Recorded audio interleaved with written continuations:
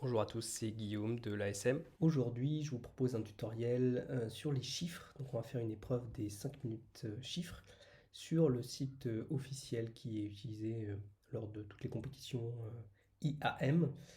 Donc, comme vous pouvez le voir, je me suis rendu ici sur le site imwmc.com/compétition/training.html. Et sur ce site, du coup, vous allez avoir tous les formats différents de compétition. Vous avez le format national standard, ce qui va être le format utilisé notamment pour le championnat de France. Vous avez le format international, avec des épreuves forcément qui vont être plus longues. Vous pouvez avoir du coup du 30 minutes chiffres. Et vous avez notamment le standard du championnat du monde, avec des épreuves qui peuvent être 1 heure pour les chiffres notamment. Nous, ce qui nous intéresse aujourd'hui, ça va être le standard national. Donc, vous sélectionnez national standard, par défaut, ça va être celui-là. Vous sélectionnez une discipline. Donc ici, la discipline, ça va être 5 minutes numbers. Ok, on pourrait choisir 15 minutes numbers. Là, pour cette présentation, je vais choisir 15 minutes numbers. 5 minutes numbers, donc les chiffres 5 minutes. Et ensuite, alors bien sûr, vous voyez que vous avez toutes les disciplines qui sont disponibles. Mais nous, ce qui nous intéresse, c'est les chiffres aujourd'hui. Ensuite, vous avez le choix entre une skin analogue et une skin digitale. Donc une skin, c'est juste une peau, c'est juste un aspect, c'est purement une préférence esthétique. Donc, par exemple, si je vais en analogique, vous allez voir que si je fais sur le test de la page, vous voyez, on a une table qui est plutôt en bois avec un format un peu plus papier qui peut être éventuellement plus agréable à l'œil. Euh, voilà, mais on peut aller aussi sur du digital. Et digital, vous voyez que c'est peut-être un peu plus moderne, mais ça va pas changer beaucoup votre expérience. Voilà, c'est juste une histoire de préférence. Alors, donc je reviens à la section de la discipline. Je suis bien en standard national. J'ai bien sélectionné la discipline 5 minutes numbers, qui va être la première par défaut. Moi, je vais choisir une skin qui est digitale. Et ensuite, donc vous voyez que vous avez deux options. Vous avez soit le bouton Go, soit l'option Resume Previous Attempt. Resume Previous Attempt, ça veut dire en gros reprendre au dernier essai. Donc souvent, si vous avez été déconnecté, c'est là que vous pouvez revenir. Et du coup, logiquement, ça va vous remettre, par exemple, notamment si vous avez été interrompu lors d'une restitution, ça va vous reprendre là où vous en étiez si vous avez été déconnecté. Ok, donc on va faire Go, on va partir, et là on se retrouve sur cet écran-ci. Alors là c'est un écran où il y a pas mal d'informations qui est assez intéressant. À chaque fois notamment vous allez avoir des raccourcis qui vont être assez intéressants. Vous voyez ici et en haut.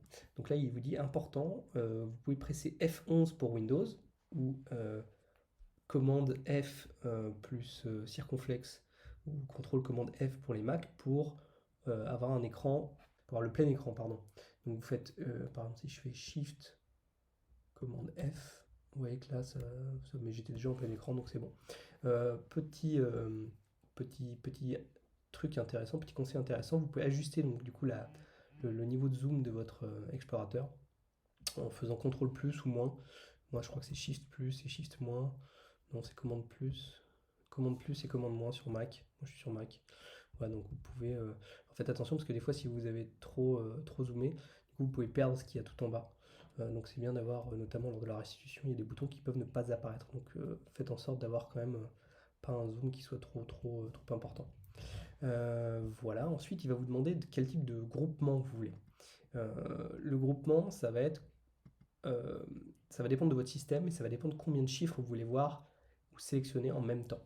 Donc là, par exemple, vous voyez, on a par défaut, là j'ai 4, mais je crois qu'il se rappelle de la dernière fois. Je peux choisir 2, je peux faire les chiffres 2 par 2. Donc vous voyez, ça change ici dans la preview. Vous avez également, vous pouvez faire 6. Alors attendez, ensuite on va décider aussi de, est-ce que je veux dessiner des lignes tous les combien de chiffres. Donc ça peut être tous les 3 chiffres, ça peut être tous les 2 chiffres, c'est vous, ça peut même être tous les chiffres, c'est vous qui décidez. Alors moi par exemple, comme j'ai un Millennium, euh, je mémorise les chiffres 6 par 6 et j'aime bien avoir des séparations tous les 3. Ça facilite ma lecture. Voilà, donc vous voyez là, quand je vais sélectionner un endroit, ça va me faire, je vais voir en vert 1, 2, 3, 4, 5, 6. Alors je peux choisir la couleur aussi, ça peut être jaune, ça peut être bleu, ce que vous voulez. Et du coup, il va me mettre des petites lignes tous les 3 chiffres. Comme ça, je saurai où j'en suis dans mon palais. Ensuite, comme raccourci classique, vous avez la navigation qui peut se faire du coup avec les flèches du clavier. Vous avez également, pour revenir du coup sur une cellule précédente ou la cellule d'après, vous pouvez faire Shift. Alors, je sais que ça marche pas sur tous les ordinateurs, notamment sur Mac. Je crois que le Shift marche pas toujours. Ça doit être une autre touche. Euh, alors, attention, si vous faites la barre d'espace, vous allez revenir au début. Alors, si vous êtes notamment sur la deuxième page, ça va vous ramener à la toute première cellule. Donc ça peut être, ou en tout cas, je crois en haut de la page. Donc, il faut faire attention à ça. Ensuite, vous pouvez faire virgule, point pour aller à la page suivante ou à la page précédente. Si vous faites plus ou moins, ça c'est uniquement lors du recall, lors de la restitution. Cela va vous décaler en fait vos chiffres lors de la restitution, ce qui peut être très utile, quand vous avez effectivement décalé ou oublié un lieu. Et enfin, le double-clic, ça va vous permettre de marquer certains chiffres dont vous n'êtes par exemple pas sûr, mais c'est uniquement lors de la restitution. Pour tester tout ça, moi je vous conseille vraiment de toujours faire test page, d'aller sur une page de test qui va du coup vous afficher un peu un exemple. Donc là, vous voyez que mes 6 premiers chiffres sont illuminés. Si j'avance avec les flèches, hop, vous voyez qu'il avance 6 par 6. Vous voyez que j'ai bien mes séparations tous les 3 chiffres.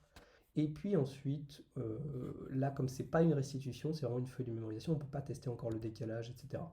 Mais vous voyez que, en tout cas, ça fonctionne. Vous pouvez tester après vos raccourcis. Ok, et on fait toujours Enter pour sortir. Alors faites attention parce que quand vous avez terminé la mémorisation, si vous faites Entrée, il vous demandera, mais après vous allez sortir et ce sera définitif. Donc là, je sors, ce qui me fait revenir ici. Logiquement, il a gardé mes, mes paramètres. Et maintenant, je peux faire démarrer. Donc là, je vais partir pour 5 minutes de chiffres. Et puis après, on va se retrouver pour corriger ensemble, si vous voulez, lors de la restitution. Alors là, la mémorisation démarre dans 5, 4, 3, 2, 1. Il faut savoir que lors d'une épreuve, le timer durera 60 secondes. Allez, à tout à l'heure.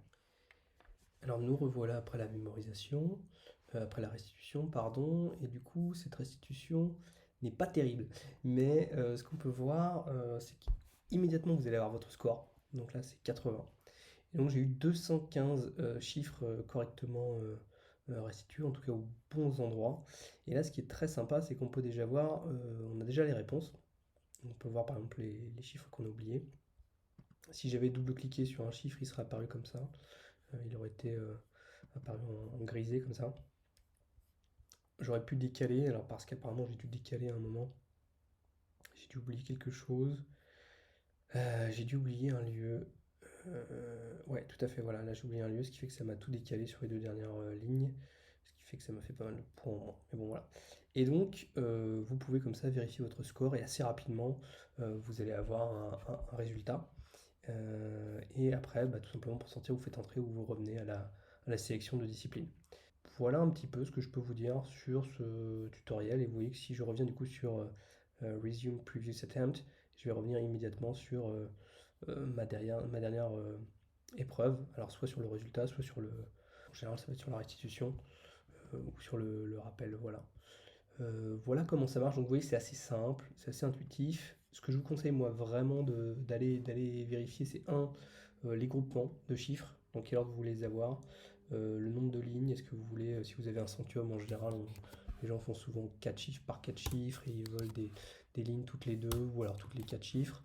Regardez bien que cela fonctionne sur votre explorateur. Je crois que c'est Chrome qui est recommandé principalement, j'ai pas de souci avec Firefox non plus. Et du coup, vérifiez bien que tous les raccourcis fonctionnent. Je sais qu'il y a des différences entre les PC et les Mac, mais en général, avec les flèches, les shifts, les plus, les moins, les virgules et les points, on arrive à s'en sortir sans trop de problèmes. N'oubliez jamais de faire la page de test qui va beaucoup vous aider. Ben voilà, j'espère que ce tutoriel vous aura été utile et je vous donne rendez-vous bientôt pour un prochain tutoriel sur une autre épreuve avec moi ou avec Sébastien ou Sylvain. Je vous souhaite une bonne journée. Au revoir.